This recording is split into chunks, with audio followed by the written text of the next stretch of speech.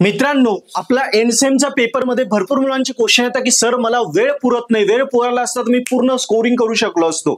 So आजच्या व्हिडिओमध्ये तुम्ही पेपर कसा वेळ तुम्ही पुरू शकता, सो हेच या व्हिडिओमध्ये मी आज क्लिअर करणार आहे. मित्रांनो, how to complete exam paper in time. आपला पेपर हा विदिन टाइम मध्ये कसा कम्प्लीट करायचा आपण जाणून घेणार. मित्रांनो, 6 मेन पॉइंट सांगणार आहे, समजून घ्या, हे फॉलो करा. तुमच्या पेपरमध्ये तुम्ही 12 ते 15 मिनिटं आरामात वाचू शकता. मित्रांनो बघा, पहिला पॉइंट आहे प्रॅक्टिस मॉक पेपर. काय करायचं, आपल्याला मेन एक्झाम द्यायची, एक्झामच्या आधी घरीच मॉक पेपर सोडून बघा. एकदा पहिला मॉक पेपर म्हणजे प्रॅक्टिस पेपर, घरी एकदा अभ्यास झाल्यानंतर पहिला पेपर सोडवला की समजा 70 मार्काचा पेपर आहे, तुम्हाला 40चा अटेम्प्ट होईल. तुम्हाला पेपर चेक करा, सरांकडून चेक करून घ्या, तुमच्या चुका कळेल, कुठे टाइम जातोय काय ते कळेल, थोडं अनालिसिस करा. सेकंड टाइमला पुन्हा तो पेपर घ्या, तेव्हा 40च्या ऐवजी 50चा अटेम्प्ट होईल. थर्ड टाइमला पुन्हा दुसरा पेपर घ्या, तो तुम्हाला 50-55 मार्काचा अटेम्प्ट होईल. या प्रकारे मॉक टेस्ट जर सोडवलं तुम्ही 2-3 प्रत्येक विषयाच्या, तर तुम्हाला कळेल मला टाइम कुठे कुठे जातोय, कुठे वाया जातोय, काय सोडवायचे, आयडिया क्लिअर होईल, पॅटर्न क्लिअर होईल आणि त्यानुसार तुम्हाला टाइम तुमचा तिथे सेव्ह करता येईल. सेकंड पॉइंट आहे break down time and topics. आता बघा, युनिट आहे, युनिटमध्ये काही युनिट सोपे असतात, काही अवघड असतात. सो इथे ठरवून घ्या घरीच की कुठल्या युनिटला मला किती तास द्यायचा आहे. बरोबर, 4 युनिट आहे, 2.5 तासाचा पेपर आहे. सो समजा युनिट 3 सोपा आहे, तो युनिट 3 ला मी 40 मिनिटाच्या ऐवजी 35 मिनिटात सॉल्व्ह करू शकतो. सो घड्याळ घेऊन जायचं लगेच. ओके, हा पॉइंट दिला मी. Keep the watch with you. मुलं घड्याळ विसरून जातात, घड्याळ घेऊन जा आणि घड्याळाला ट्रॅक ठेवा की मला युनिट 3 ला समजा 40-30 मिनिटं द्यायचे होते, पण आता दिसतंय मला 30 मिनिटं, इथे 28 मिनिटं होत आले, माझा अर्धा क्वेश्चन बाकी. सो फटाफट तुम्ही ट्राय करशाल, कळतंय. सो घड्याळ खूप महत्वाचा रोल प्ले करतं. सो यासाठी त्या युनिट वाईज टाइम ठरवून घ्या. त्याच्यानंतर युनिटमध्ये टॉपिक असतं, बरोबर, टॉपिक असतं, सब टॉपिक. सो कुठला टॉपिक सोपा आहे, ज्याच्यावर थेरी किंवा न्यूमेरिकल आला तर मी एवढ्याच वेळा सोडवेल, 8 मिनिटात सोडवेल, 12 मिनिटात सोडवेल. या टॉपिकवर क्वेश्चन आला तर मी 11 मिनिटात सोडवेल. हे आधी ठरवून घ्या. थोडंफार मागे पुढे होऊ शकतं, पण घड्याळ सोबत असलं ना, घड्याळ लगेच सांगेल अरे तू या टाईपला 8 मिनिटं सांगितलं होतं, या टाईपवर क्वेश्चन आला 8च मिनिटात करायचं होतं, पण इथे तर तुझे आता 9 मिनिटं झाले, आता स्टॉप कर, म्हणजे तुम्हाला उरकतं पण घेता येईल. कळालं. सो ही आयडिया लक्षात ठेवा.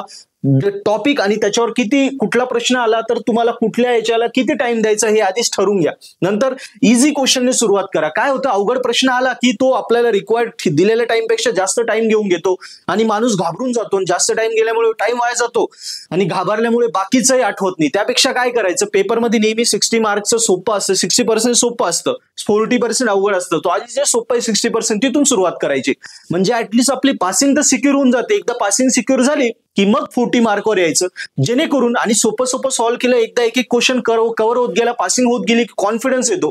कॉन्फिडन्स वाढला की आपण शांत होतो आणि आपोआप अवघड सुद्धा समजायला लागतं.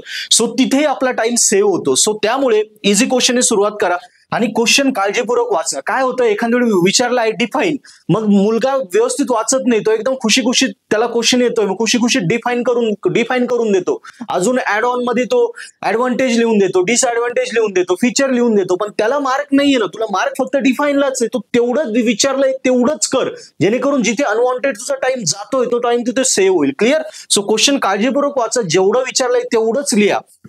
Right main points. Long question वगैरे असतात तेव्हा आपल्याला मोठं लिहायचं असतं आणि आपण फापट पसारा लिहत जातो पेजेस भरण्यासाठी, पण त्यासाठी काय करा, तो फापट पसारा नंतर द्या. आधी सरांवर आपल्याला इम्प्रेशन टाकायचं असतं. त्यासाठी मेन जे पॉइंट आहे ते बुलेट पॉइंट, जे मेन पॉइंट आहे ते आधी मेन्शन करा, ते आधी एक्सप्लेन करा, मग बाकीच्या गोष्टी ज्या लिहायच्या आणि ज्या अनवॉन्टेड आहे, पण ज्यांना मार्क नाही पण अनवॉन्टेड जस्ट पेपर मार्क भरवण्यासाठी, पेजेस भरवण्यासाठी आपण लिहितोय, ते थोडे कमी करा, जेणेकरून तिथे तुमचा टाइम सेव्ह होईल. मेन पॉइंट्सवर फोकस टाका. आणि मी सांगितलं घड्याळ सोबत ठेवाच, पण कॅल्सी, तुम्ही म्हणजे सर तर आम्ही कॅल्सी घेऊनच जातो, कॅल्सी घेऊन जाता, पण कॅल्सीच्या ट्रिक शिकून जा. म्हणजे ट्रिक्सने काय होतं, जसं तुम्ही बघता M3 आणि स्टॅटिस्टिक्सचा कोर्स, व्हिडिओ लेक्चरचा कोर्स मी शिकवलाय, त्यात मी नंबर ऑफ ट्रिक शिकवले आहे. बरोबर का, जे कॅल्क्युलेशन आपण समजा 2-3 मिनिटात करतोय ते मी 30-40 सेकंदात कसं करायचंय ट्रिकवर शिकवलंय. सो अशा ट्रिक शिकून जा वेगवेगळ्या विषयांना. सो ट्रिकने काय होतं, आपला टाइम वाचतो आणि नंतर आपण जे न्यूमेरिकलला रिचेकिंगला टाइम घालवतो, सो रिचेकिंग मध्ये खूप वेळ जातो. सो डिटेलमध्ये रिचेकिंग करण्यापेक्षा घरीच इतकी त्या टाईपची प्रॅक्टिस करा की त्या टाईपवर कुठलाही क्वेश्चन आला तुम्हाला जास्त डीप मध्ये रिचेकिंग करण्याची गरज नाही पडणार आणि त्या टाईपवर कुठलाही क्वेश्चन तुम्ही आरामात 100% क्लिअर सोडू शकता. त्यामुळे घरी प्रॅक्टिस करा त्या टाईपची, जेणेकरून रिचेकिंग मध्ये डिटेलमध्ये जाऊ नका, खूप डिटेलमध्ये बघू नका. महत्वाचे आन्सर आले आहे, ओके. सो रिचेकिंग मध्ये जो डीट मध्ये जाण्याचा तुमचा टाइम जातोय तो इथे सेव्ह होईल.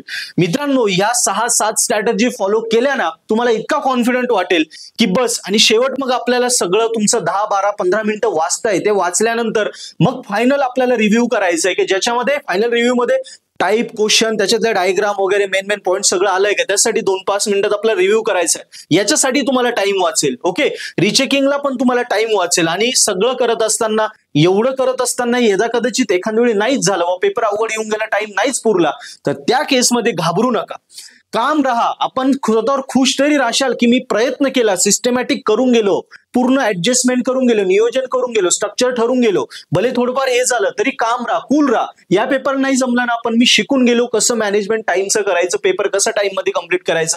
नेक्स्ट पेपरला मी गॅरंटेड, एकदम तुम्ही नेक्स्ट पेपरला तुम्ही guaranteed within time paper clear करशाल मित्रांनो.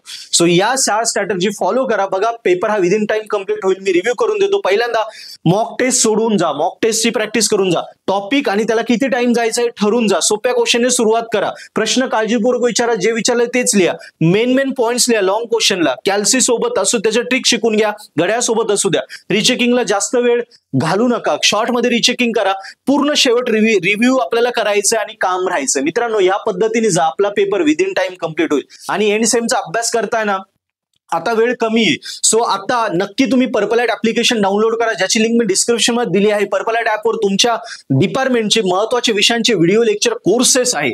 त्यात फ्री लेक्चर आहे. ऍप्लिकेशन डाउनलोड करा, ते फ्री लेक्चर बघा. आवडले तर कोर्सेस नक्की सबस्क्राईब करा, ज्यामुळे तुम्हाला जो विषय तुमचा 2 दिवसात व्हायचा आहे तो आमच्या व्हिडिओ लेक्चर बघून तुमचा तो 1 दिवसात होईल आणि विषय स्कोर होतील. कारण व्हिडिओ लेक्चर सोबत आम्ही notes, paper solution, paper pattern, important question सगळं प्रोव्हाइड केले. सो विदिन टाइम अभ्यासून तुम्ही स्कोर करू शकाल. सो नक्की पर्पलाइट ऍप्लिकेशन डाउनलोड करा आणि एंड सेम स्कोरिंग करा. थँक्यू.